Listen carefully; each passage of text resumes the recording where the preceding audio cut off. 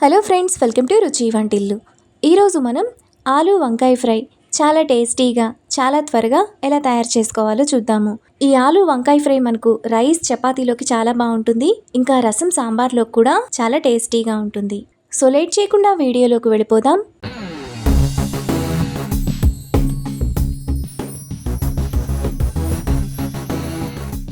ముందుగా ఆలు వంకాయ ఫ్రై చేసుకోవడానికి స్టవ్ మీద ప్యాన్ పెట్టుకొని అందులో 2 టేబుల్ స్పూన్లు ఆయిల్ వేసుకోవాలి.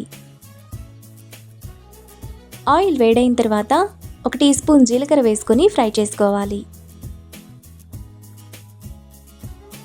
జీలకర్ర కొద్దిగా వేగిన తర్వాత సన్నగా తరిగిన ఒక పెద్ద ఉల్లిపాయ, 2 పచ్చిమిరపకాయలు, 1/2 కిలో బంగాళదుంపలను పైన చెక్కు తీసి ఇలా చిన్న చిన్న ముక్కలుగా కట్ చేసుకొని వేసుకోవాలి. ఇప్పుడు టేస్ట్కి తగినంత ఉప్పు వేసుకొని ఒకసారి కలుపుకోవాలి.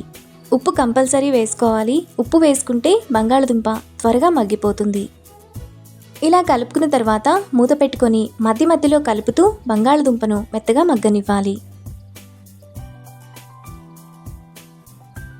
ఆలు ఈ విధంగా మెత్తగా మగ్గిపోయిన తర్వాత ఒకసారి కలుపుకోవాలి. ఇలా కలుపుకున్న తర్వాత అందులో 1/2 కిలో వంకాయలను కడిగి ఇలా చిన్న చిన్న ముక్కలుగా కట్ చేసుకొని వేసుకోవాలి. ఒకసారి కలుపుకోవాలి.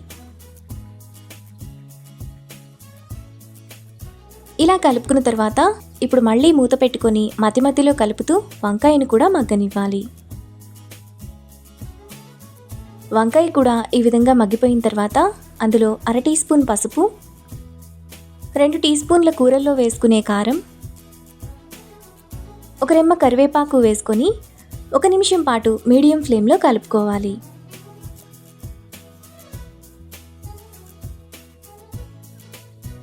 ఇలా కలుపుకున్న తర్వాత లాస్ట్లో 1/2 టీ స్పూన్ చెక్క లవంగాల పొడి వేసుకొని మరో నిమిషం పాటు కలుపుకోవాలి.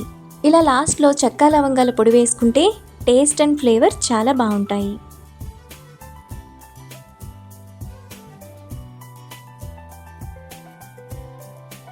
మనకు చాలా టేస్టీగా ఆలు వంకాయ ఫ్రై రెడీ అయిపోయింది.